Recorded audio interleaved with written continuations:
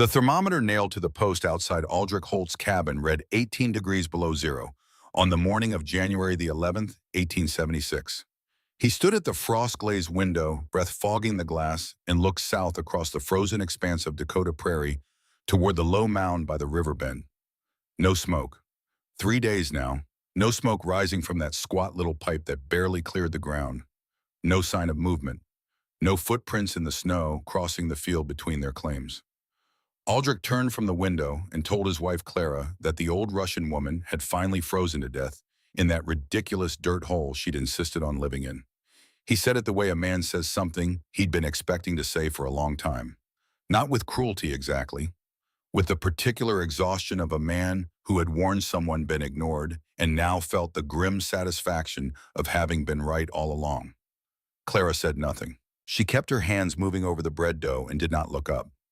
Outside, the prairie stretched flat and white and merciless in every direction. The sky was the color of old pewter. The wind had teeth. Somewhere beneath that low mound of earth and saw and cottonwood logs in a place that looked more like a grave than a home was either a dead woman or a living one. Aldrich Holt was certain he knew which.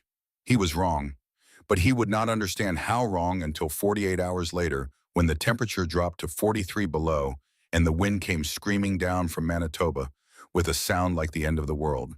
And by then the lesson would cost him more than his pride. This is the story of what Vera Sorokina knew and what it took to make the rest of them listen. She arrived in Pembina County in May of 1874 on a Tuesday afternoon, stepping off the wagon from Grafton into a spring wind that smelled like mud and distance. 64 years old, small-framed and deliberate in her movements, the way people get when they have stopped wasting energy on things that don't matter. The man at the land office looked at her for a long moment before he looked at her paperwork. He was perhaps 35, with the soft hands of someone who had never broken ground with anything harder than a pen. He looked at the naturalization papers, at the widow's name on the filing form, at the age written clearly in the column provided, and then he looked back at her. She met his gaze without expression. The Homestead Act said 160 acres to any citizen who would live on it and improve it for 5 years. It did not say anything about age. It did not say anything about gender. It did not say anything about what a woman of 64 looked like standing in a land office in Dakota Territory, which was good because what she looked like was entirely unconcerned with what the man behind the counter was thinking. He processed the paperwork. He did not laugh, but she heard it in the silence between his words, the same way you hear a river under ice present and moving just beneath the surface. She had brought 3 things from New York: the naturalization papers of her husband Dmitri, who had died of a lung infection in the winter of 1873 and left her with a quarter-section filing right and nothing else. A small tarnished icon of a saint with kind eyes and a stern mouth, and a leather tube the kind an architect might carry containing a rolled set of drawings on heavy paper. The drawings were what the land office clerk saw when she unrolled them on his counter to show him the location of the spring on her claim. He looked at the pages covered in precise technical notation and what appeared to be a detailed cross-section of some kind of underground structure, and he asked what he was looking at. A heating system, Vera said. He looked at it for another moment.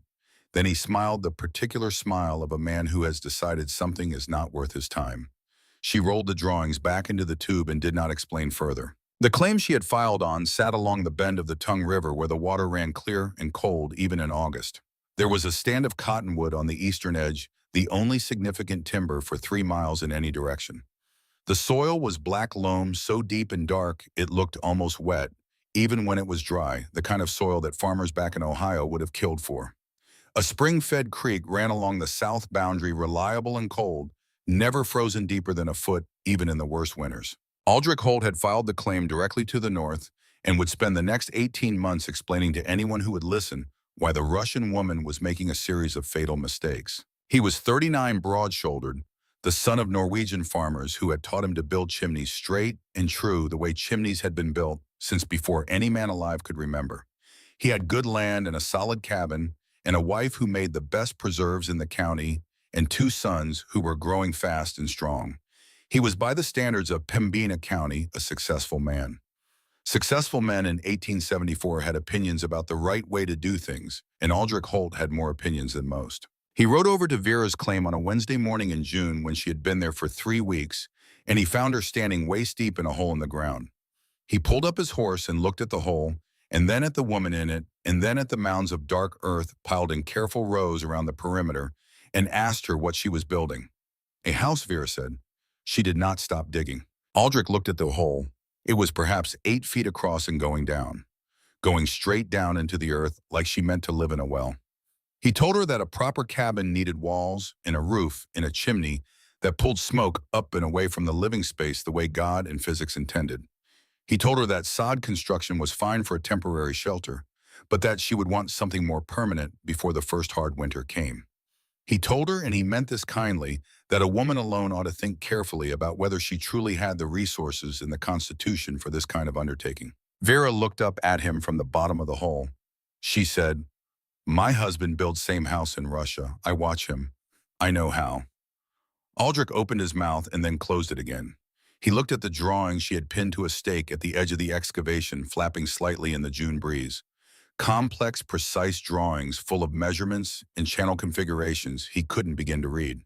He rode home and told Clara that the Russian woman was going to kill herself before the first snow. Clara brought a loaf of bread and a jar of currant preserves over that afternoon. She set them on the edge of the excavation without speaking and watched Vera work for a while. Vera thanked her in careful English with an accent like stone grinding on stone. Clara walked home and said nothing to Aldrich about what she had seen in the woman's eyes. The absolute certainty there, the absence of doubt. Through June and into July, the excavation grew. Vera worked alone. She did not ask for help, which surprised people, and did not explain herself, which irritated them. The hole became a trench, and the trench became a room 20 feet long and 14 feet wide and 4 feet down into the earth. She hauled cottonwood logs from the stand on the eastern edge of her claim, notched them herself, laid them across the top as rafters. She cut sod into blocks and stacked them over the logs until the roof was 18 inches thick. The finished structure was nearly invisible from 100 yards. Just a low mound with a door set into the south face and a short length of stovepipe rising barely 3 feet above ground level. Gustav Wren rode past it 3 times before he realized he was looking at a dwelling. Gustav was the man in Pembina County who understood buildings. 53 years old, German-born, trained in masonry in Saxony before the financial collapse of 1873, had taken everything he'd spent 20 years building and left him with nothing but the knowledge in his hands. He had rebuilt himself in Dakota, filing on a quarter section to the east of Vera's claim, building a cabin of tight-fitted logs with a German heating stove and a chimney that drew clean and hard in any weather. He dismounted one afternoon in August and walked the perimeter of Vera's structure, eyeing the stovepipe, the angle of the door tunnel, the sod roof. He had the careful measuring look of a man who cannot stop being a builder, even when he is not building. When Vera emerged from the entrance tunnel, he was standing with his hat in his hands, which was how Gustav Wren showed respect even to people he disagreed with. He told her the system was wrong. He used the word physics. He explained about hot air rising and draft and chimney pull, and the fundamental principle that you needed vertical draw to get smoky out and keep heat in. He told her that horizontal channels lose heat to the surrounding earth at every foot of travel, that her design worked against itself at every point, that a proper chimney built straight up would serve her better with the quarter of the stonework. Vera listened to all of it. Then she asked him how much wood he burned in a week. Gustav frowned. He said he didn't count every stick. Vera said she counted everything. She said she planned to burn less than he could imagine possible. Gustav put his hat back on and rode home. He wrote in his notebook that evening that the Russian woman had no technical training and a dangerous misunderstanding of thermodynamics, and that someone would likely need to dig her out from under a collapse or revive her from smoke inhalation before the first hard freeze. He was a thorough man, Gustav Wren. He was rarely wrong about buildings. He was wrong about this one. Fergus Callahan thought the whole thing was a fire hazard. He was 41, Irish, built like a man who had spent a decade laying railroad track, because that was exactly what he was. He had the particular fatalism of someone who had survived things that should have killed him, including 3 years of the Civil War and a boiler explosion outside Fargo in 1871 that had taken 2 fingers from his right hand and given him a scar along his jaw that turned white in cold weather. He came to look at the interior of Vera's structure in late August, ducking through the entrance tunnel, and straightening up in the main room, and he spent a long time looking at the firebox she had built in the northwest corner and the stone channels running away from it beneath the packed earth floor. He told her the channels would fill with creosote. He told her that a fire burning in an enclosed system with limited draft was a carbon monoxide risk. He told her, and he said this with real feeling because he had seen men die in railroad camps from bad ventilation, that she would suffocate in her sleep inside 6 months. Vera showed him the damper she had fashioned from a sheet of iron salvaged from a broken wagon. She showed him the clean-out ports she had built at each turn of the channel system. She showed him the angle of the final vertical shaft and explained in her careful broken English how the system maintained draw without the violent pull of a straight chimney. Fergus looked at all of it for a long time. He was not a stupid man. He could read a mechanical system the way other men read a landscape. He said, "In Russia, your husband built this and it worked," Vera said many times, many winters, "before he come here." Fergus nodded slowly. He was not convinced. But there was something in the way she spoke about it, the complete absence of doubt, that made him less certain of his own certainty than he usually was. He said he hoped she was right. She said she knew she was. Reverend Elias Morse held services every other Sunday in the Holt barn, standing before 30-odd homesteaders with the particular exhausted authority of a man who had been called to the frontier and was still not entirely sure what he had been called for. He was 57, thin-shouldered, originally from Vermont, with spectacles that fogged in cold weather, and a habit of worrying out about things other people had not yet thought to worry about.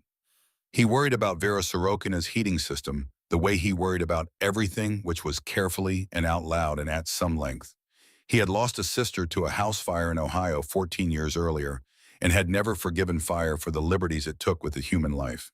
He spoke to Vera after services one Sunday in early September and asked her very politely whether she had considered the possibility of sparks escaping through the channel joints and igniting the dry grass packed into the clay mortar. Vera said she had considered it. She said the channel joints were fitted stone over a clay bed and that the system was designed to run at temperatures too low for ignition of surrounding material. Reverend Morse said he would pray for her. Vera thanked him and went home to fire her system for the first time. The 3rd day of September, 1874, late afternoon, Vera knelt before the firebox in the northwest corner of her home and built a fire the way her husband had taught her, not roaring, not ambitious. A careful, deliberate arrangement of dry cottonwood cut small fed to a flame that was more suggestion than statement. The kindling caught, and she adjusted the sheet iron damper until the draw was correct, that particular sound of air moving through stone channels that her husband had described to her years before she ever saw it. A low, steady breath. The system pulling air in and pushing smoke through. She sat back on her heels and waited. For the first 20 minutes, smoke curled back into the room, and she adjusted the damper twice and then a third time until the pull was right and the smoke went where it was supposed to go. Then the system caught properly, and the sound changed, and she knew. She pressed her palm flat against the floor. After an hour, warmth, not heat, warmth rising through packed earth and stone, the slow release of a system that had been absorbing fire for 60 minutes and was just beginning to give it back. After 3 hours, the interior temperature read 72 degrees Fahrenheit on the small thermometer she had bought in Grafton. Outside, the September evening was 49 degrees and dropping. She let the fire die to coals. She cooked a small supper. She read from her German Bible by the light of an oil lamp.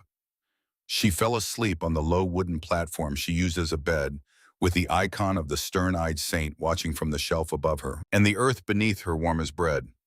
When she woke the next morning, 10 hours after the last flame had died, the interior temperature read 68 degrees. Outside, the overnight low had been 41 degrees. She lay still for a moment in the early dark, feeling the warmth rising through the floor, and thought about her husband Dmitri, who had spent the last years of his life drawing and redrawing this system until every measurement was right, who had made her sit with him through the drawings until she understood not just the dimensions, but the principles, who had said to her in the winter before he died, "You will need to know this, not someone else, you." She got up and started her morning fire, small and careful, feeding the thermal mass for the day ahead. Gustav Wren came back that evening. Not to speak to her, she did not know he was there. He came after dark on horseback, tied his horse to a cottonwood 60 yards from the entrance, and walked the rest of the way on foot through the early autumn dark. He stood outside the entrance tunnel for a time watching the small light from the stovepipe. Not smoke, just the faint shimmer of hot air rising from the outlet barely visible in the moonlight. Then he went back to his horse and rode to his own claim and sat at his table for 2 hours with a lamp and his notebook and his ruler. He drew the system from memory the way he had observed it in August. He calculated the surface area of the channels, the estimated thermal mass of the stone and clay and earth surrounding them, the projected heat retention across a 12-hour cycle. He sat with the numbers until they stopped surprising him and started making sense. The system was not wrong. He had been wrong. The horizontal channels didn't lose heat to the surrounding earth. They gave heat to the surrounding earth. Intentionally, that was the mechanism. The surrounding earth was not the obstacle. The surrounding earth was the battery. He had spent 20 years building systems that tried to move heat through a house as quickly and efficiently as possible, and then watched that heat escape through every crack and joint and gap between log and chinking. Vera Soroka and his husband had designed a system that stored heat in 6 tons of thermal mass and released it slowly over hours and hours and hours, at approximately 34% of the fuel consumption. Gustav closed his notebook. He sat in the silence of his cabin for a long time, listening to the fire tick in his efficient German stove, the heat rising straight and true and clean up through his well-built chimney and out into the cold Dakota night. He did not ride back to Vera's claim. He did not tell her what he had calculated. He did not walk to the Holt place the next morning and tell Aldrich that the Russian woman's system was not only sound, but was arguably the most fuel-efficient domestic heating design he had encountered in 30 years of construction work. He did not say any of these things, because to say them would require him to undo something in himself that he was not yet ready to undo. 30 years, 17 buildings, a professional identity built on knowing more about construction than anyone else in any room he had ever entered. He put the notebook in the bottom drawer of his work chest and covered it with a canvas drop cloth. The notebook stayed there. For 17 months, it stayed there. The first full winter came and Vera survived it. This seemed to her neighbors less like a triumph than like a neutral fact. People survived winters. Sometimes they didn't, but usually they did. The Russian woman had apparently not frozen to death in her underground hole, which was something, but it did not require explanation or investigation. Aldrich Holt burned through 9 cords of split oak between November and March. He considered this entirely normal. He kept his family warm, and his cabin standing, and his chimney drawing clean, and he emerged from winter the way he always did, slightly leaner, slightly more weathered, essentially unchanged. He did not ask Vera how much wood she had burned. The question didn't occur to him. It was not the kind of question that occurred to men who already knew how things worked. Clara asked. One morning in April, when the snow was pulling back from the south-facing slopes and the first mud was showing through, she walked across to Vera's place with a jar of apple butter and asked over tea how she had managed through the cold. Vera set down her cup. She said she had burned 3/4 of a cord, total, for the entire winter. Clara looked at her. Vera said system worked very well in cold. More coal, better at work. Earth hold heat longer when difference is big. Clara walked home slowly carrying her empty jar. She stood in her own kitchen for a while looking at the stack of seasoned oak beside the fireplace, calculating what she knew of what Aldrich had burned, thinking about the word that kept rising in her mind like a bubble through cold water. Impossible. She did not say anything to Aldrich. She was not sure he would hear it correctly if she did. The summer of 1875 passed. Vera planted her quarter section and harvested it and put up stores and tended her spring and cut more deadfall cottonwood from the stand by the river. She moved through Pembina County the way water moves through unfamiliar ground, finding its level, not asking permission. Fergus Callahan helped her move a section of stone in August in exchange for a meal which she cooked with an efficiency that impressed him, everything measured and nothing wasted. He ate at her table, which was a plank laid across 2 stumps, and looked at the floor of the place and thought about the warmth he could feel rising through the packed earth. Even in the August heat, the system storing the summer's residual ground warmth the way a bank stores money, patient and slow. He sat around a mouthful of salt pork last winter. How cold did it get in here, Vera said. Never below 64. Coldest outside was 31 below. Fergus put down his fork. He picked it back up. He finished his meal. He did not say anything more about it, But that night in his own cabin, he did a calculation on a scrap of paper. 95 degrees of differential. Inside versus outside. Maintained with, by Vera's account, less wood than he burned in a decent week of cold weather. He folded the paper and kept it in his shirt pocket for 3 weeks before it fell apart from washing. The number stayed in his head. September of 1875. 1 full year since the first fire. Vera sat on the low mound of her roof one evening at the end of the month and watched the sky to the north. She had been watching the sky to the north for 3 days now, with the particular attention of someone reading a text they have read before in a language other people in the county did not speak. Her husband Dmitri had spent 7 years surveying the eastern Siberian plateau for the Imperial Railway Commission before his lungs gave out.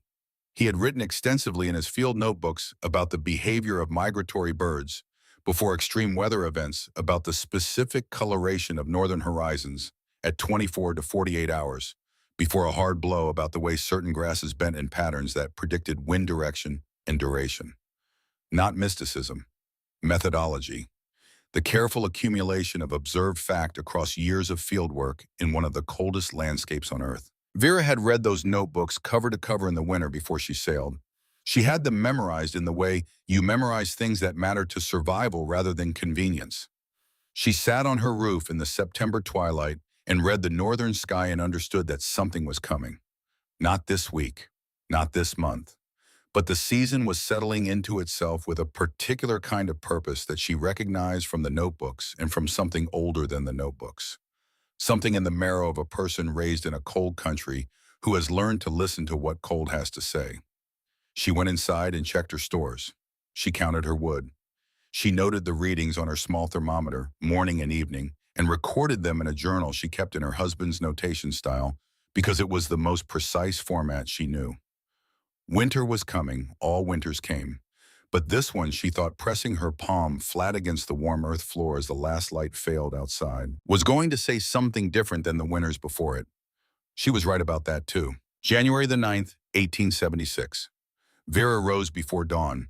She stood in the entry tunnel for a moment looking at the slice of dark sky visible above the tunnel's mouth, the stars hard and close, and the north horizon faintly wrong, in a way she could not describe to anyone who had not been taught to see it. She spent the day hauling water. 2 wooden barrels filled from the spring carried up on a sledge. Every vessel she owned filled and lidded and set in the storage corner. Extra firewood stacked in the entry tunnel until there was barely room to move through it. Potatoes counted and covered. Salt pork checked. Cornmeal in its sealed tin. Dried beans. A small wheel of cheese she had traded work for at the Holt place in November. She checked every joint in the channel system. She ran her fingers along the clay mortar at each stone fitting, pressing for gaps. She tested the damper in both directions until she was satisfied with the travel. Aldrich Holt watched her from across the frozen field, arms folded against the cold. When she made her 3rd trip from the spring to the hatch, he called across to her, his breath making white clouds in the still January air. He said it was just winter. He said she was acting like the world was ending.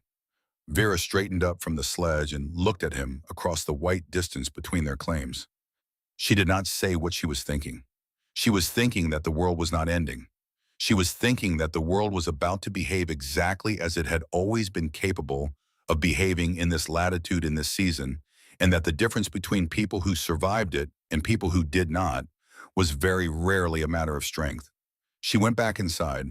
She built a careful fire in the firebox, feeding the thermal mass all through the short January afternoon and into the evening, charging the 6 tons of stone and clay and earth beneath her floor, the way you charge a battery before a long dark. By the time she let it settle to coals, the floor was warm to the knee when she knelt against it. She ate a small supper. She read her Bible. She slept. Outside, the northern horizon was doing something that had no word in English, but that her husband had described precisely in his field notebooks using a Russian term that translated roughly as the sky before the wolf comes. The wolf was 48 hours away. Vera Sorokina had done everything she needed to do. She was ready. The barometer in Fergus Callahan's cabin had been falling for 18 hours without stopping when the temperature began its first serious drop on the afternoon of January the 11th. Fergus watched it the way a sailor watches water coming over a bow. Not with panic, with the particular attention of a man who has learned that panic costs time you do not have. He had survived Antietam. He had survived 3 winters laying track across Minnesota. He understood that the difference between a situation that kills you and a situation that doesn't is usually about 15 minutes of clear thinking at the right moment. He split extra wood until dark and stacked it inside his door. By midnight, the temperature outside was 34 below zero and still dropping. The wind had not arrived yet. It was in that still glassy phase before a serious blow. The silence that feels like held breath, like the prairie itself was pulling air into its lungs for something that required everything it had. Fergus fed his stove and listened to the cold outside and thought about the number he had written on that piece of paper 14 months ago, the 95-degree differential Vera Sorokin had maintained through the previous winter with 3/4 of a cord of wood. He thought about it for a while. Then the wind arrived. It came at 2 in this morning on January the 12th, and it did not build the way wind usually builds, starting small and growing. It arrived all at once, a sound like freight cars colliding at full speed, like something enormous had fallen over somewhere to the north and was still falling, would keep falling indefinitely. The cabin walls shook. The window glass flexed inward with each gust. Snow drove horizontal across the prairie, not falling, but being flung, each crystal a tiny projectile, moving at 57 miles an hour. This was a blizzard in the original sense of the word, not a snowstorm with wind, something older and more serious than that.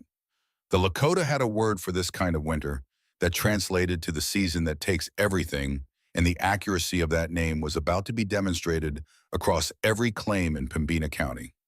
Aldrich Holt woke to the sound of his chimney. He lay in the dark for 3 seconds listening to it, and then he was out of bed because he knew that sound. Wind down a straight chimney does not just slow the draw, it reverses it. It pushes back. Smoke and ash came billowing into the main room before he could reach the damper, the acrid smell of it filling the cabin, and Clara was up and moving the children toward the floor where the air was cleaner, while Aldrich wrestled the damper closed. The fire died. In the sudden silence of a closed draft, the only sound was the wind on the roof and the walls and the window glass, and the measured breathing of 2 boys who had been taught not to panic in bad situations, but whose eyes were very wide in the lamplight. Aldrich stood at the dead fireplace and calculated. His winter wood was stacked in the lean-to on the north side of the cabin. To get to it, he would have to open the north-facing door and step into whatever was happening out there. He had done this before in bad weather. He was not a man who frightened easily. But the sound the wind was making against the north wall of his cabin was not a sound he had heard before. And he stood for a moment just listening to it, this man who had survived Norwegian winters and 3 Dakota winters before this one, and understood that what was outside his walls right now was categorically different from what he had survived before. He got the wood. He made 4 trips with his coat tied shut and his face turned sideways against the wind and his eyes squeezed nearly closed against the snow that was not falling, but cutting. By the 3rd trip, he could not see the cabin from 8 feet away. By the 4th trip, he moved by feel, one hand extended, finding the door by memory. He got the fire restarted. But the chimney was not drawing cleanly. Every strong gust pushed back down the shaft and sent a curl of smoke into the room. He could run a small fire or he could suffocate his family. He could not do both and have it work. He chose small. The temperature inside the cabin, which had been 58 degrees when he went to bed, began to fall. Gustav Wren was awake before the wind arrived. He had the instincts of a man who had built things for 30 years and thought about materials and stress and load at a level that never entirely stopped even in sleep. He had felt the pressure change sometime in the small hours and woken with the particular alertness of someone whose body had registered information before his mind could. He stoked his German heating stove to maximum capacity before the first gust hit. His system was the most sophisticated in the county, a proper continental design with a water jacket and radiant panels, and a chimney that he had engineered to exacting specifications. In normal conditions, it was magnificent. Efficient, clean-burning, evenly distributed heat. He was proud of it in the way a craftsman is proud of the best work he has ever done, in normal conditions. What the wind did to his chimney was not complicated physically. A chimney that draws hard in still air draws harder in wind because wind moving across a chimney top creates a pressure differential that pulls air up through the shaft. In moderate wind, this improves combustion. In 57 mile per hour wind, it creates something else entirely. It turns the chimney into a pump drawing air through the firebox and up and out with such force that the heat has no time to radiate into the living space. The fire burns ferociously and produces tremendous heat that goes directly up the shaft and out into the night. Gustav stood in front of his stove in the dark hours of January 12th and watched the temperature gauge drop while the fire burned harder than he had ever run it. He fed wood into the system with methodical efficiency and watched the heat he generated disappear upward at a rate that made no sense until he understood the mechanism, and then it made perfect, terrible sense. He was burning wood at 3 times his normal rate to maintain a temperature of 52 degrees in his cabin. He calculated his remaining supply. He calculated the consumption rate. He did not allow himself to arrive at the conclusion those two numbers produced because the conclusion was not acceptable. He fed more wood into the stove. In the bottom drawer of his work chest under a canvas drop cloth, his notebook sat with its 17 months of silence. Clara Holt was the first one to say what everyone in the Holt cabin was thinking. She said it quietly around 4 in the morning while Aldrich was building up the fire for the 3rd time and the wind was hitting the north wall in gusts that vibrated the floor. She said, "The Russian woman." Aldrich did not answer right away. He was watching the smoke at the top of the firebox, checking the draw. Clara said, "She'll be warm, won't she, in that hole of hers?" Aldrich closed the firebox door. He turned around. In the lamplight, his face had the particular expression of a man fighting a battle inside himself that he did not want witnessed. He said, "She's probably fine." Clara said, "She is warm, and she is fine, and she knew this was coming, Aldrich. She knew 2 days ago." The oldest boy shifted under his blankets on the floor. The younger one was already asleep again, the unconscious confidence of a child who trusts that the adults have the situation in hand. Aldrich Holt sat down. He sat in the chair by the cooling fireplace and listened to his chimney and his walls. And after a while, he said very quietly that he supposed she probably did know. Clara said nothing more. She had made her point, and she was a woman who understood that making it again would not help. By the morning of the second day, the wind had not dropped. It was 40 below zero outside, possibly colder. Thermometers at those temperatures have a tendency toward understatement, as if the instruments themselves are reluctant to report the full news. The snow on the ground was moving constantly, lifted and driven and reshaped by wind that found no obstacle worth respecting on the flat Dakota plain. Drifts had buried the north wall of the Holt cabin to the eaves.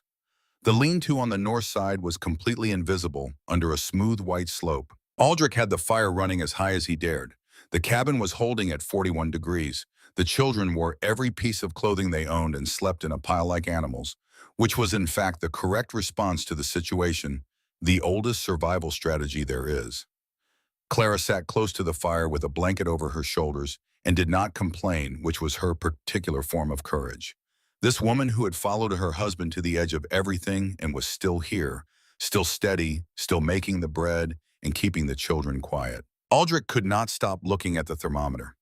He had never seen the inside of a home he was responsible for fall to 41 degrees while he was awake and feeding a fire. He had never fully understood, in the 3 winters before this one, how thin the margin was, how quickly the cold outside could overcome the heat inside, how a chimney that worked perfectly in every normal situation could become a liability in the precise conditions that most required it to work. He thought about Vera Sorokina's stovepipe, 3 feet above ground level, almost certainly drifted over by now. No wind exposure, no downdraft, just a small opening drawing, just enough air to keep whatever she had burning alive, while 6 tons of earth and stone held the heat she had built up over the preceding day and released it back in a slow, steady tide that no wind could interrupt. He sat with that image for a long time. Then he made a decision that was partly bravery and partly something else. Something less flattering, though he would not have been able to name it that way at the time. He told Clara he was going to check on the woman. Clara looked at him. She looked at the window, which showed nothing but white movement. She said, "You cannot see 4 feet in that." Aldrich said he would take the rope from the barn, tie it to the door handle, and keep hold of it. Clara said he would freeze before he made 50 yards. Aldrich said he had his heavy coat and his face wrap and his boots. There was a pause. Clara said very carefully, "Aldrich, you are not going to save her. She does not need saving. You know that." He was already putting on his coat. The truth which neither of them said out loud was more complicated than rescue.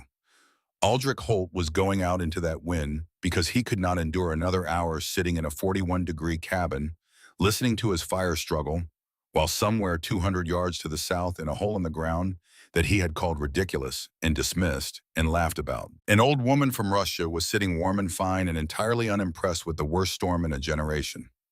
He tied the rope to the door handle. He tied the other end around his waist. He opened the door, and the wind hit him like a wall moving sideways, and he stepped out into it. He made 47 steps. He counted them, which was the instinct of a man who understood that in zero visibility counting is how you stay connected to something measurable. 1 through 47, each step battle against wind that came from the north with a weight and force that wanted him horizontal, that had opinions about where he should be, and they were not upright in moving south. At 47 steps, he stopped because he had to stop.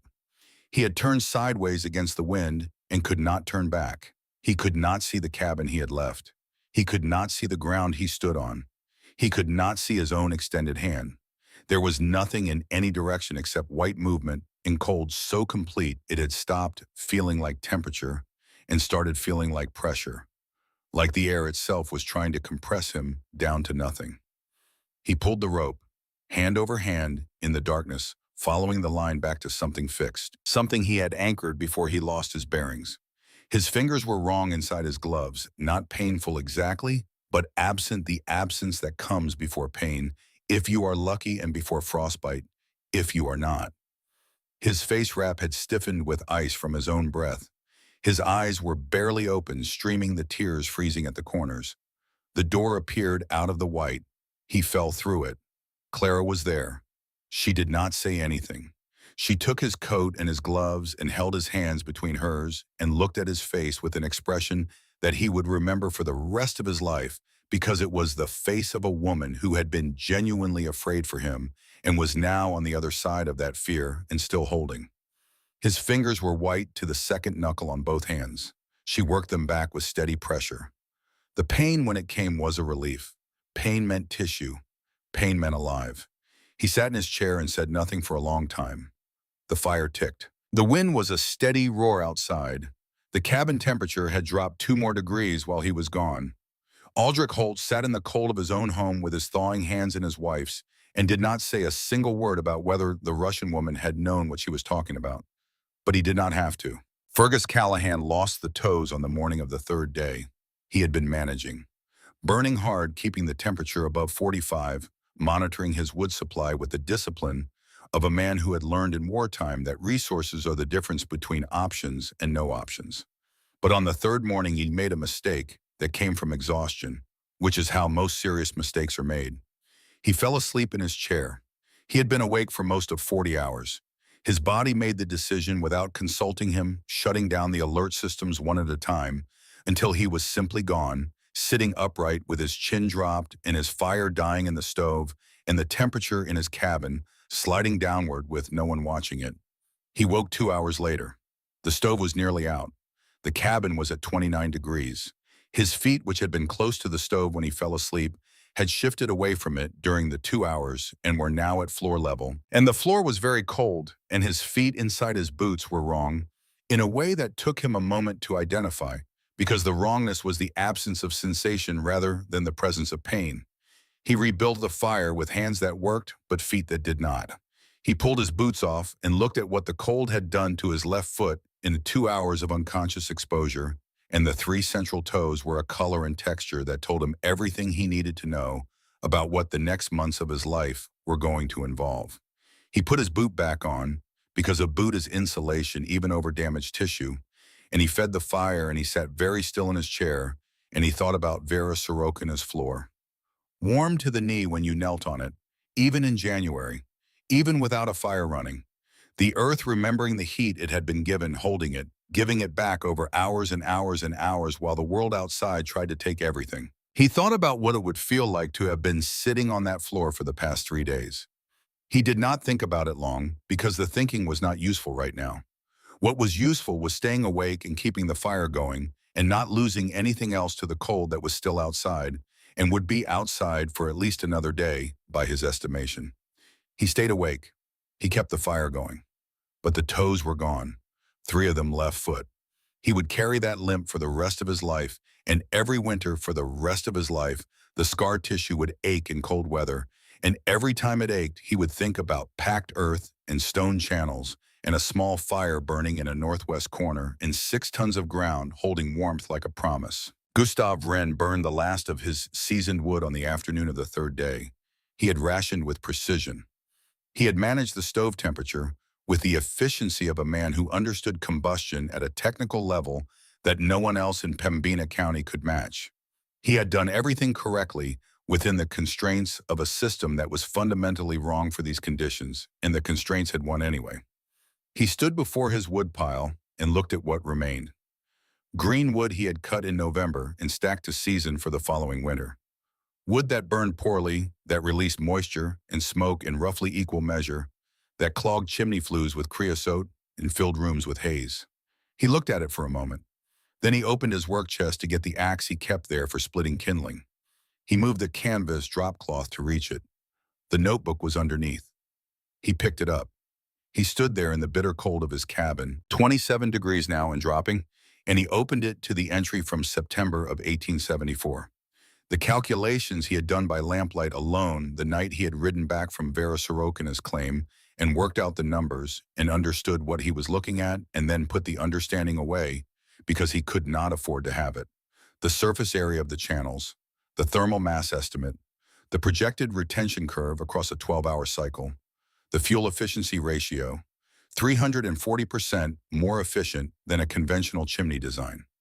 He had written that number and underlined it and then closed the book and put it in the bottom of the chest and covered it with canvas. He stood in his 27-degree cabin on the 3rd day of a 40-below blizzard and read the number he had written 17 months ago. He put the notebook in his coat pocket. He went outside to get the green wood. He did not think about what he was going to say when the storm ended. That conversation was in the future, and the future was not something he could afford to spend resources on right now. Right now, there was only the green wood and the struggling stove and the long hours remaining and the cold that did not care at all about professional reputations or 30 years of expertise or the particular kind of pride that keeps a man silent when he should speak. He burned the green wood. The smoke was terrible. He opened a window a crack to let some of it out and lost more heat than he gained, but he could not breathe otherwise. He managed, just managed. The storm did not care. Inside the earth mound by the river bend, Vera Sorokina read her Bible by lamplight and listened to the storm, the way you listen to something that has no message for you personally. She could hear it distantly. 4 feet of earth above her and 2 feet of sod over that absorbed most of the violence reduced the shriek of Manitoba wind to something that sounded from inside like a distant train passing on a far track. Present, continuous, not immediate. She had fired the system each morning since the storm began, small careful fires charging the thermal mass and then letting it breathe. The floor was warm. The interior temperature had not dropped below 68 degrees. She had not worn more than her work clothes in 4 days.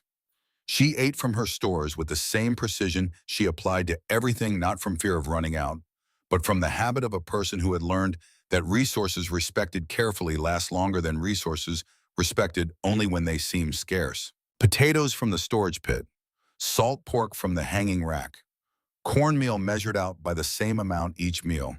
She spent the long hours of the storm the way she spent most long hours. Working, she braided rope from the dried grass she kept in a bundle in the corner. She mended 2 of her work shirts with the careful small stitches her mother had taught her before she could read. She wrote in her journal in the notation her husband had used, temperature readings morning and evening, fuel-consumed condition of the system. She did not think about her neighbors with the anxious preoccupation that might be expected. She had done what she could do. She had told them. She had shown them. She had answered every question about the system when they asked, and some that they had not thought to ask. What they had done with that information was not hers to carry, but she thought about them. Not with satisfaction, with something quieter and less comfortable than satisfaction. She thought about Aldrich Holt's 2 boys sleeping on the floor, and Clara's hands keeping things together the way Clara's hands always kept things together.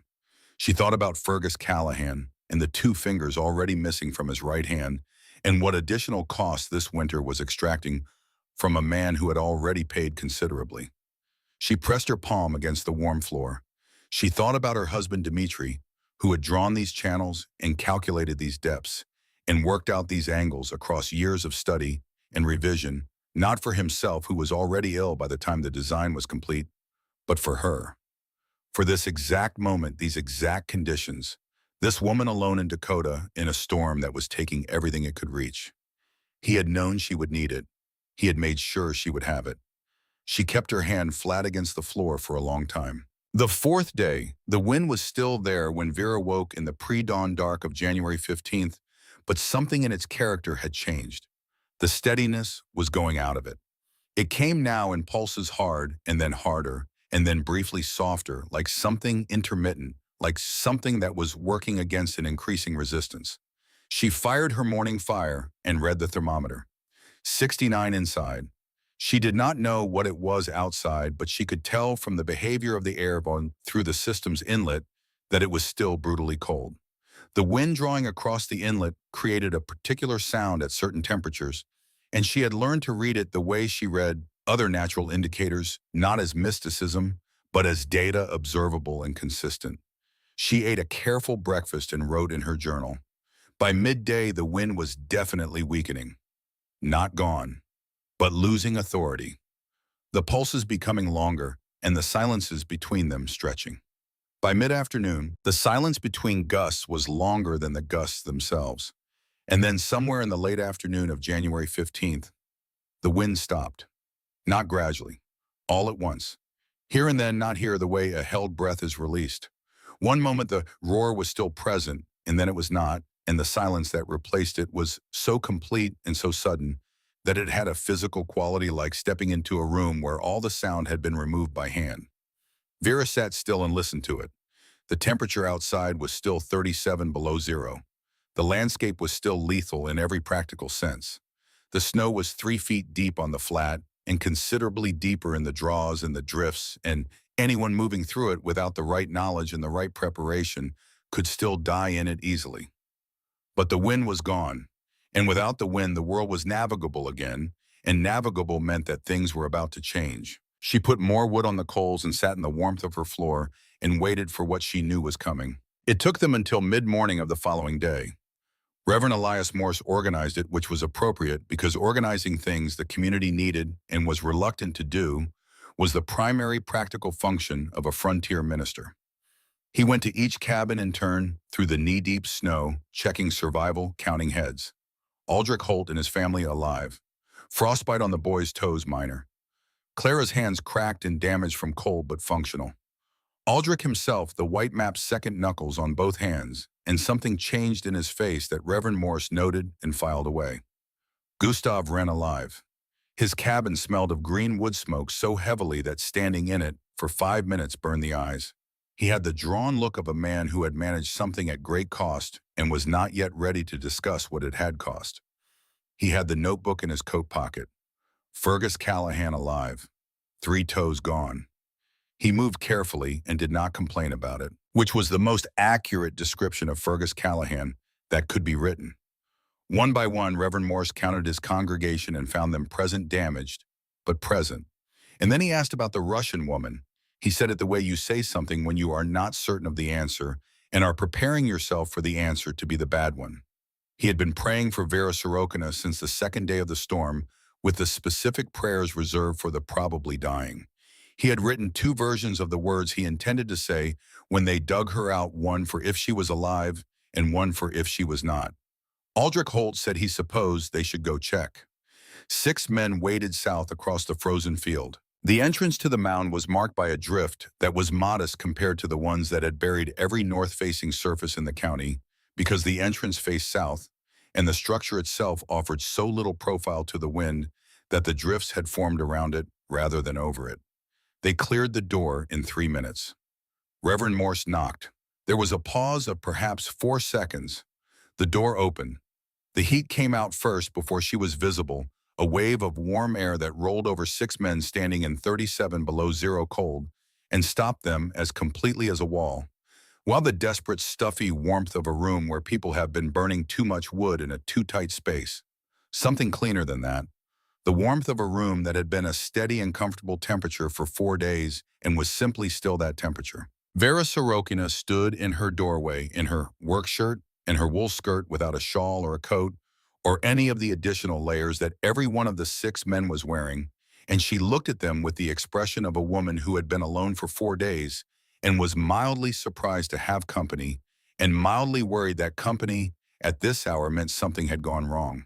She asked them in her careful English if they were all right, if they needed something, if someone was hurt. The 6 men looked at her. They looked at the thermometer visible on the wall behind her left shoulder. The thermometer read 68 degrees Fahrenheit. Reverend Morse, who had written 2 versions of what he intended to say, said neither of them. He stood in the cold outside her door with the other 5 men and looked at the 68-degree thermometer and did not say anything for what felt like a long time. Then Gustav Wren reached into his coat pocket. He took out the notebook. He held it in both hands, looking at it, not at Vera.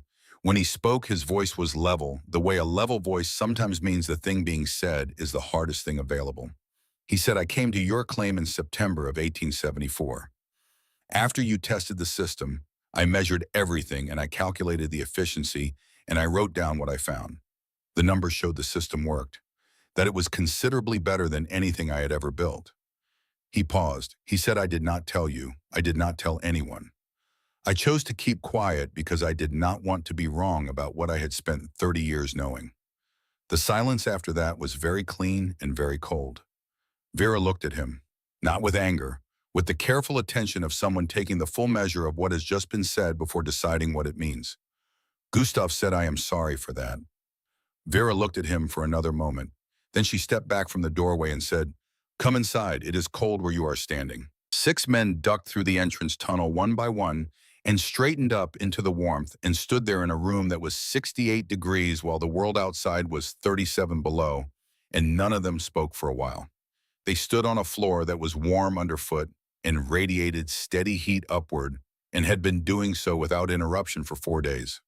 Aldrich Holt looked at the floor for a long time.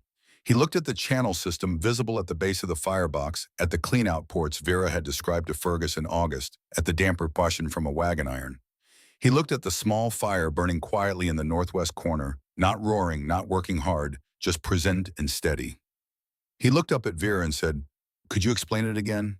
The whole thing, from the beginning, not 'I was wrong,' not 'I am sorry.' Just explain it to me. I am listening now." Vera looked at him. She understood the language of what he was and was not saying. This man who had called her hole ridiculous and her chimney backwards and her presence on the northern plains a mistake she would not survive. She pulled a stool from under the plank table and set it near the firebox and told him to sit down. She explained it from the beginning. The warmth rose through the floor and held them, all these men who had been cold, for 4 days, and outside the January silence was complete and absolute and 37 below, and entirely indifferent to everything that was happening in this small warm room underground. This room that a woman had built alone, in the summer heat, with a shovel she had bought on credit, and a set of drawings her dying husband had made for her so that she would not be cold when he was gone. The worst storm in a generation had said its piece. Now it was her turn. The explanation took most of the morning. Vera did not rush it. She was not a woman who rushed things that mattered, and this mattered, so she took the time it required and used the words she had, which were not always the right English words, but were always the precise words, the exact words, the words that pointed directly at the thing she meant without decoration. She started with the firebox. She showed them the angle of the throat, the way it was positioned to push combustion gases down and horizontal rather than up, the counterintuitive heart of the whole system. She showed them the first channel running beneath the floor, the flat limestone fitted tight enough to contain smoke, but porous enough in its clay mortar bed to release heat upward through the packed earth above it. She walked them through each turn of the channel, each clean-out port, the way the system lost temperature gradually across its 43 feet of travel, so that by the time the exhaust reached the vertical exit shaft, it had surrendered most of its heat to the surrounding material and was leaving as cool smoke rather than hot. She showed them how the damper worked in both directions. She showed them the thermometer readings she had kept in her journal morning and evening every day since September of 1874. 16 months of data in her husband's notation-style temperature, inside and outside fuel consumed weather observations, system performance notes. Gustav Wren took the journal when she offered it and read it with the focused attention of a man for whom numbers are a primary language. He turned the pages slowly. His expression did not change, but something behind it did some final resistance, giving way like ice in April. Not dramatic, just done. Fergus Callahan sat on the floor with his back against the warm wall and his damaged foot extended and listened to everything. He asked two questions, both technical, both precise. Vera answered them without hesitation. Aldrich Holt sat on the stool she had given him and said nothing for most of it. He watched her hands as she explained, the way they moved to indicate dimensions and angles in the direction of heat flow, and he listened with the particular quality of attention that comes from a man who has decided to actually hear something for the first time rather than listen for the places where he can disagree. Reverend Elias Moore stood near the entrance tunnel with his hat in his hands and his spectacles slightly fogged from the warmth, and wrote nothing down because he had nothing to write with. But he was the kind of man who remembered what mattered, and he was going to remember all of this. When Vera finished, the room was quiet for a moment. Then Aldrich said, "How much wood did you burn?" "Total, these 4 days." Vera went to the stack in the entry tunnel and looked at it and calculated what was missing from what had been there before the storm. She said 1/8 of a cord. Aldrich looked at the floor. He said very quietly, more to himself than to anyone present, "I burned 2 cords trying to keep the cabin at 41 degrees. And my chimney was working against me the whole time." Nobody said anything to that. There was nothing useful to say to it. They left in the early afternoon, 6 men filing back out through the entrance tunnel into the January cold, blinking in the white glare of a world that had been rearranged by 4 days of wind and was now absolutely still. The silence outside was so complete it had a texture. After the roar of the past 4 days, it felt like something you could hold in your hands. Reverend Morris was the last one out. He stopped in the doorway and turned back and looked at Vera standing in her warm room in her work clothes and said he owed her an apology. He said he had prayed for her as if she were dying, and he should have prayed for his own congregation instead, who had needed it considerably more. Vera said she did not think prayer worked that way, but she appreciated the thought. Reverend Morse nodded. He put his hat on. He went out into the cold. Vera stood in her doorway and watched them cross the field toward their various claims, 6 figures moving through knee-deep snow in the January stillness.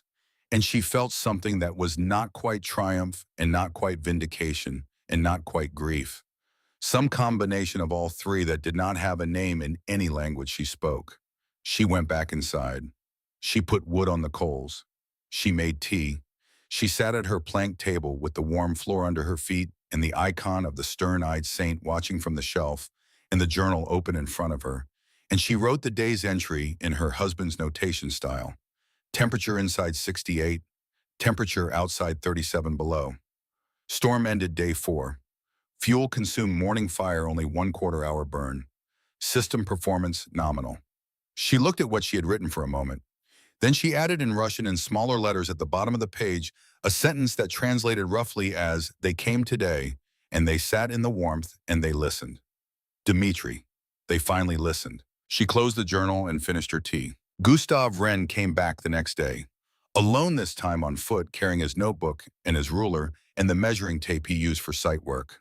He knocked on the entrance door, and when Vera opened it, he asked without preamble if he could measure the system properly. All of it. Every dimension, every angle, every channel run. Vera stepped aside and let him in. He worked for 4 hours with the focused intensity of a man doing the most important professional work of his life, which was in fact what he was doing. He measured everything twice and noted the measurements in his notebook with the clean, precise figures of a trained builder. He tapped the stone joints and assessed the mortar. He traced the channel runs with his fingers, feeling the construction quality, the evenness of the fitting, the way each limestone slab had been chosen for thickness and split for flatness. He worked without speaking for most of those 4 hours. Vera cooked and mended and did not interrupt him. At the end of the 4th hour, he sat back on his heels in front of the firebox and looked at his notebook full of measurements and was quiet for a moment. He said, "Your husband designed this." Vera said, "Yes." Gustav said, "He was a trained engineer." Vera said, "Civil surveyor. Imperial Railway Commission. Many years in Siberia." Gustav nodded slowly. He said, "The tolerances on these channel joints, the angle calculations for the thermal mass distribution, This is not folk knowledge. This is engineered, Vera said. He studied the old designs, the peasant stoves in the villages. He understood why they worked. Then he calculated how to make them work better. Many years he worked on this, right until the end. Gustav looked at the drawings Vera had carried from New York pinned now to the wall above the firebox. He looked at them for a long time. He said, "May I copy these?" Vera said. "Vera, you may have them." Gustav looked at her. She said, "I have them here." She touched the side of her head. "I do not need the paper." Gustav took the drawings carefully from the wall. He rolled them and held them as if they were something fragile, which they were not. They were heavy paper and entirely durable, but he held them with the care of someone who understands. He is holding something that was made with considerable love at considerable cost. He said, "I am going to build one of these in my cabin this summer when the ground allows, and I am going to build them for every person in this county who wants one." Vera said, "Good." He said, "I should have done this in September of 1874. Vera said, "Yes, but you are doing it now." He put on his coat and his hat and took the drawings under his arm and walked back across the snow to his own claim. He did not sleep much that winter. He was drawing by lamplight every night, translating Dmitry Sorokin's engineering notation into the terminology and measurements familiar to American builders, working out adaptations for log cabin installation versus dugout construction, calculating material requirements for different floor areas and thermal mass targets. He was doing the most serious technical work of his life, and he knew it. It kept him warm enough. Aldrich Holt took longer. This was not surprising. Aldrich was not a man built for quick reversals. He was built for long decisions made slowly and then held firmly, and the process of changing a long decision held firmly looked from the outside like nothing happening for an extended period. Through January and February, he did what he always did, managed his claim, tended his animals, kept his family fed and his cabin as warm as his struggling chimney would allow. He did not visit Vera. He did not send Clara with preserves. He went about his winter the way he always had, and he did not discuss the storm or the thermometer or the 1/8 quart of wood. But Clara noticed things. She noticed that he had stopped saying the Russian woman when he referred to Vera and had started saying Mrs. Sorokina. She noticed that he spent 3 evenings in February at the table with a piece of paper and a pencil doing calculations she was not invited to examine. She noticed that he rode to Grafton in early March and came back with 2 books she had not seen before, engineering texts of some kind, which he read at the table by lamplight with the focused expression he usually reserved for important things. In April, when the ground was softening and the first mud showed through the south-facing slopes, Aldrich walked across to Vera's claim on a Tuesday morning. He had his hat in his hands when she opened the door, which was not a natural posture for Aldrich Holt. Hats belonged on heads for this man indoors and out. He said, "Mrs. Sorokina, I was wondering if you might have time to show me the channel measurements." For a man who was thinking about adapting the system for an existing cabin. Vera looked at him for a moment. She said, "Come in." He sat at her plank table and she showed him the dimensions, and he asked questions that were specific and technical and showed that he had been thinking about this for some time. She answered all of them. She drew diagrams on paper for him when words were insufficient. She explained the thermal mass calculations and the draft requirements and the clean-out access that was non-negotiable for long-term maintenance. When he was done, he sat for a moment with the diagrams in his hands. He said, "I should have listened in the beginning. Not, I am sorry, not I was wrong." Aldrich Holt was not built for those particular sentences, but what he said was the truest version of them he was capable of, and Vera understood that. She said, "You are listening now. That is enough." He walked home across the spring mud and spent the next 2 months planning a retrofit of his cabin heating system, working alongside Gustav Wren, who by that point had become something like an expert in the adaptation of Dmitry Sorokin's engineering principles to American frontier construction. The work was difficult. Retrofitting an existing structure for underfloor channels without tearing out the floor entirely required solutions that the original design had not anticipated. Gustav engineered them. Aldrich built them with his own hands, which was important to Aldrich, that his hands make the thing that would keep his family warm. By November of 1876, the whole cabin had a channel system running beneath 40% of its floor area. It was not as efficient as Vera's purpose-built dugout. It was considerably more efficient than anything Aldrich had run before. He burned 70% less wood that winter. Clara made no comment about this. She simply kept the house the way she always kept it, steady and warm, and did not mention that she had known in April of 1875, when Vera told her 3/4 of a chord that something important was happening that her husband was not yet ready to see. The spring and summer of 1876 changed Pembina County in ways that were not immediately visible, but that would become clear over the following years. Gustav Wren built 8-channel heating systems that summer, working from his translated drawings and his own engineered adaptations, moving from claim to claim across the county with the purposeful energy of a man making up for lost time. He built them in dugouts and in log cabins, and in one case in a sod house, whose owner had skepticism in his eyes that Gustav recognized immediately because he had last seen it in his own mirror. He built them without charging for the labor. He charged only for materials, and he bought materials in bulk from Schroeder's Mercantile in Grafton at prices that benefited from volume. He considered the labor to be a different kind of payment, the kind that cannot be invoiced. Each time he built a new system, he brought his notebook and his ruler, and he measured and he recorded and he refined. The designs improved with each installation. By his 6th system, he had solved the retrofit flooring problem more elegantly than he and Aldrich had managed together. By his 8th, he had developed a simplified clean-out port design that could be installed in half the time of the original. He sent letters to his brother in Milwaukee, a builder like himself, with complete technical drawings and installation specifications. He wrote to a man he had trained under in Saxony, long retired, with a description of the system and a request for any similar designs from European building traditions that the old man might know of. The responses surprised him. His brother wrote back with references to a Finnish contraflow stove design that operated on similar principles. The old German builder sent a long letter describing Korean underfloor heating channels he had read about in a European engineering journal, systems that had existed for centuries, independent and parallel, arrived at through the same process of trial and cold winters and refined understanding that had produced Dmitry Sorokin's drawings. Gustav sat with these letters for a long time. He was not a sentimental man, but something in the accumulation of evidence moved him in a way he would have struggled to articulate. The same solution arrived at independently by people who had never heard of each other across centuries and continents, because the problem was the same problem, and physics was the same physics, and cold was the same cold everywhere it occurred. And people who lived in it long enough and paid enough attention eventually found the same answer. He wrote this observation in his notebook. He thought about a woman who had paid attention for 64 years and carried what she had learned across an ocean in a leather tube. He went back to work.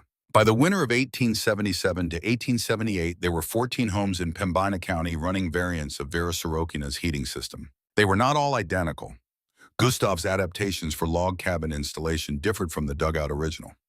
Fergus Callahan, who had rebuilt his cabin that summer with a channel system as the centerpiece of the new construction, had developed a modification for the damper mechanism that improved low-temperature performance in extreme cold. A Swedish homesteader named Arvid Lindqvist, who had studied the system with Gustav and then built his own with almost no assistance, had devised a variant that combined elements of the Russian channel design with a soapstone heat exchanger he had seen used in Scandinavia. They compared notes. They argued about efficiency ratios and thermal mass calculations with the productive intensity of people who have discovered that a subject they thought was simple is in fact deep. Gustav kept records of all the variants, annotating his master notebook with observations from each installation building toward a comprehensive technical document he intended eventually to publish. Vera was consulted, not always formally, not always with prior arrangement, but the path to her door was worn noticeably clearer than it had been in 1874. Homesteaders came with questions and she answered them. Women came more often than men, and she answered their questions with particular attention because she understood something about what it meant for a woman in this place and time to be building her own heating system, making her own decisions about the structure that would keep her alive. Reverend Morse wrote to his sister in Wisconsin about the heating system in a letter that was 3 pages long and included a diagram he had drawn from memory that was imprecise but recognizable. He described it as practical stewardship, the use of what God had provided, which was earth and stone, and the patient accumulation of heat, rather than the wasteful burning of resources that frontier life too often demanded. His sister showed the letter to her husband, who was a builder who wrote back asking for more information. The information traveled. There was a morning in March of 1877 when Vera walked the perimeter of her claim. In the early light, the frozen ground still iron hard underfoot the sky, doing something theatrical, with pink and gold over the eastern horizon. And she thought about what 5 years looked like from the inside. She had turned 66 in January. She did not celebrate. Birthdays had not, since Dmitri died, but she noted them the way she noted everything as data, as evidence of time passing, and its passage being survived. 5 years since she had stood in the land office with her husband's papers and her leather tube in the particular expression that says, "I understand what you are thinking, and I am not interested in it." 5 years since she had put a shovel into Dakota soil for the first time and begun excavating something that would, for the first year of its existence, look to every observer like evidence that she did not know what she was doing. She walked the field boundary, the same boundary she had walked 500 times in 5 years, and she thought about Dmitri, which she did every day but with different quality at different times, and this morning the quality was gratitude of a kind that had passed through grief and come out the other side of it into something cleaner. He had given her this, not just the drawings, the knowledge behind the drawings, the years he had spent explaining it to her even when she said she understood, and he said no further, understand it further, because there will come a time when you need to explain it to someone who thinks you are wrong, and you must be able to explain it from the physics outward, not from the memory inward. She had been able to. She stood at the south corner of her claim where the spring-fed creek ran under its skin of ice, and she looked back at the mound barely visible against the March sky, just a low rise with a stovepipe and a south-facing door, the most unassuming structure for 5 miles in any direction. Inside it, the floor was warm. It would still be warm when spring came, and the ground thawed, and the cottonwoods put out their first tentative green. It would be warm through the summer, the earth storing the cooler temperatures of deep ground, keeping the interior 10 degrees below the August air, outside the same thermal mass that held heat in winter, holding cool in summer, the system working in both directions, because physics does not play favorites. She had built something that worked. That was the beginning and end of it. She went back inside and made her morning fire. The land office called her to Grafton in September of 1879. She made the trip in her wagon alone on a clear autumn morning, the prairie gold and brown and enormous around her, the sky doing what Dakota skies do in September, which is perform a version of beauty so extreme it becomes difficult to take seriously.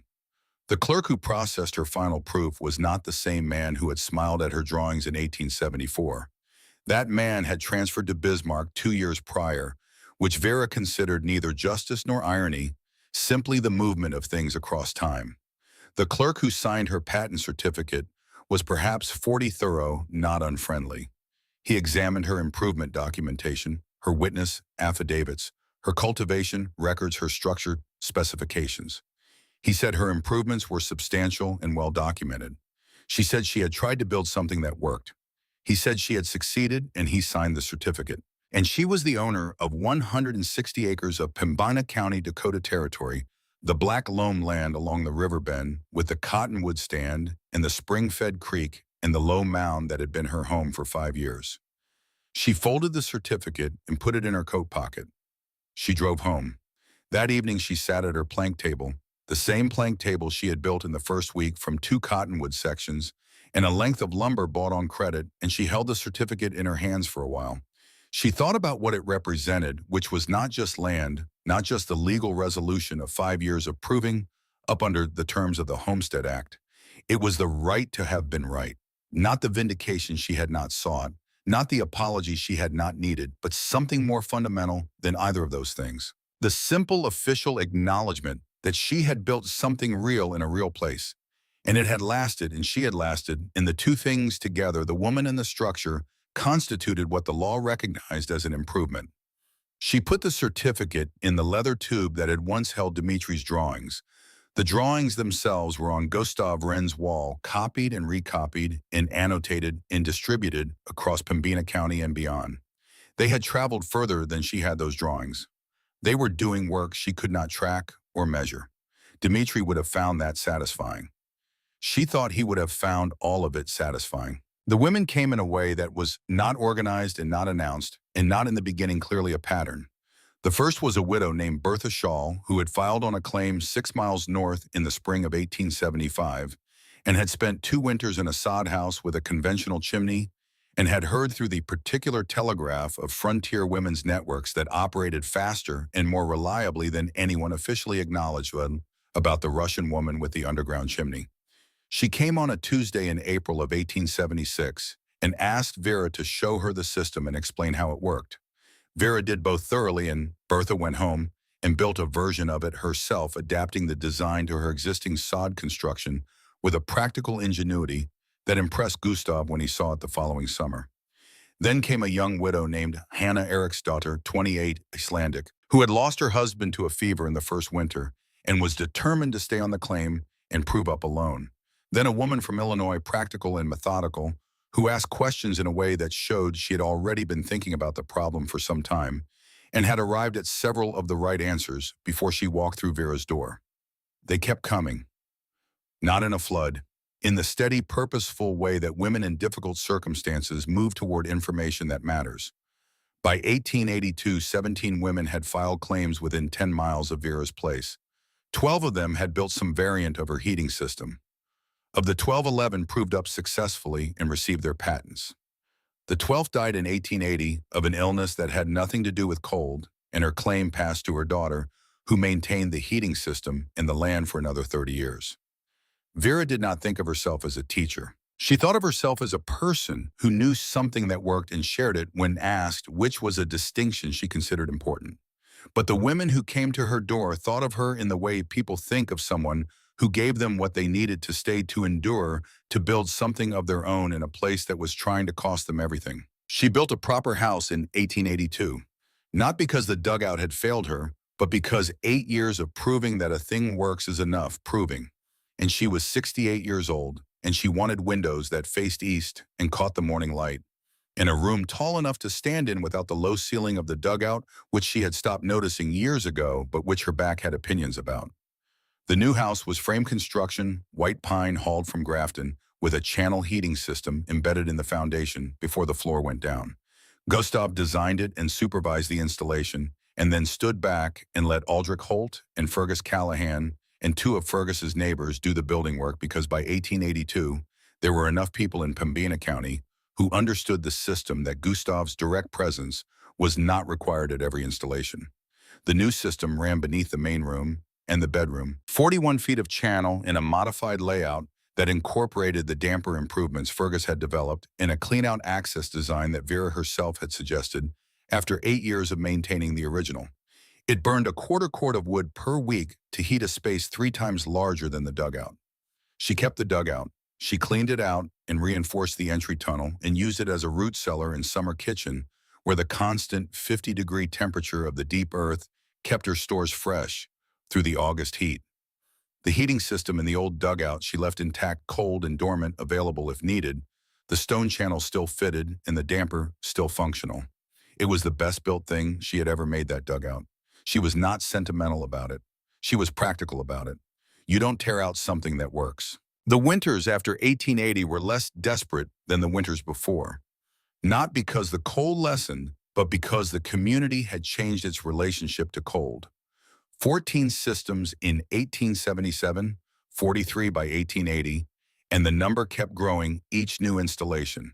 Someone who had learned from someone who had learned from someone who had learned from Vera, or from Gustav's translated drawings, or from the increasingly comprehensive letter that Reverend Morse had written and rewritten and distributed to anyone who asked. Gustav published his technical document in 1881, 12 pages of engineering specifications and installation guidelines under the title Principles of Thermal Mass Heating for Dakota Construction. He sent copies to the Dakota Territorial Government, to the University of Minnesota, to 3 architectural firms in Minneapolis and Chicago. Most of them did not respond. One Minneapolis firm sent back a polite letter saying the technique was interesting but impractical for urban construction. Gustav wrote in his notebook that urban construction was not the point. He kept building. By the time Vera died, the system had traveled in various adaptations across the northern plains, from Dakota into Minnesota and into parts of Manitoba. It traveled through the networks of Scandinavian and German and Eastern European homesteaders who recognized in it something they had seen variants of in their countries of origin and understood immediately, the way you understand something that rhymes with something you already know. It also traveled through the networks of frontier women, the practical, invisible networks that moved useful information across distances that the official channels of newspapers and government bulletins could not reach. Women who had sat in Vera's warm room and understood the physics and gone home and built it themselves and told their neighbors. Reverend Elias Morse buried Vera Sorokina in the June of 1903. She was 93 years old. She had been in good health until the previous winter, which had been mild by Dakota standards, the kind of winter that kills old people, not through extreme cold, but through the false confidence that permits them to go outside without adequate preparation on a day that turns sharp without warning. She was found in the morning sitting in her chair by the coal firebox in the main room of her frame house, which had not been fired the previous evening because the evening had seemed warm enough, which is a thing that happens to old people in mild winters. She did not look distressed. The doctor who came from Grafton said it was her heart, which was probably right, and probably the cold was incidental, which was probably also right.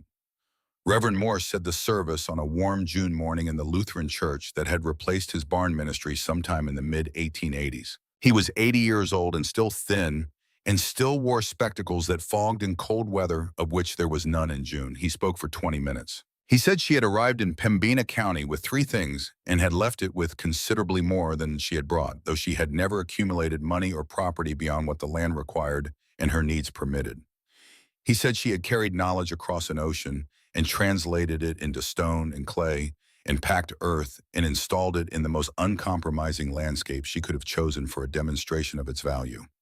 He said the winter of 1876 had been the teacher and she had been the lesson. He said he had written about her many times in many letters, and that every time he wrote about her, he found something he had not found the previous time, some additional dimension of the story that he had walked past before.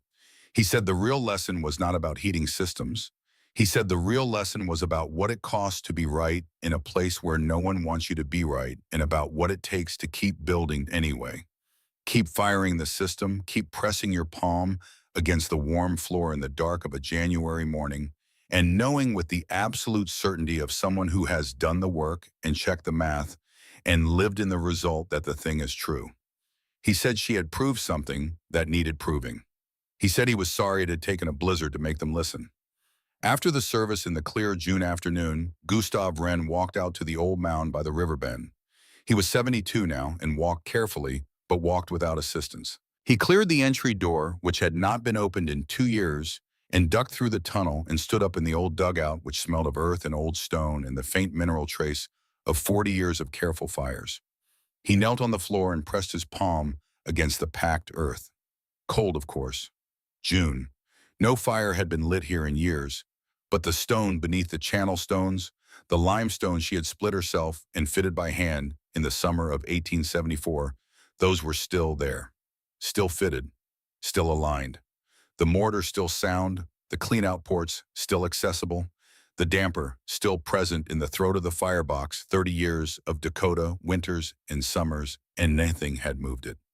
He thought about a woman of 64 with a shovel she had bought on credit moving alone through the summer heat, excavating something that looked from the outside like a mistake. He thought about what she had known and how she had known it and how she had kept knowing it through 2 years of other people's certainty and one catastrophic blizzard and all the long ordinary years after.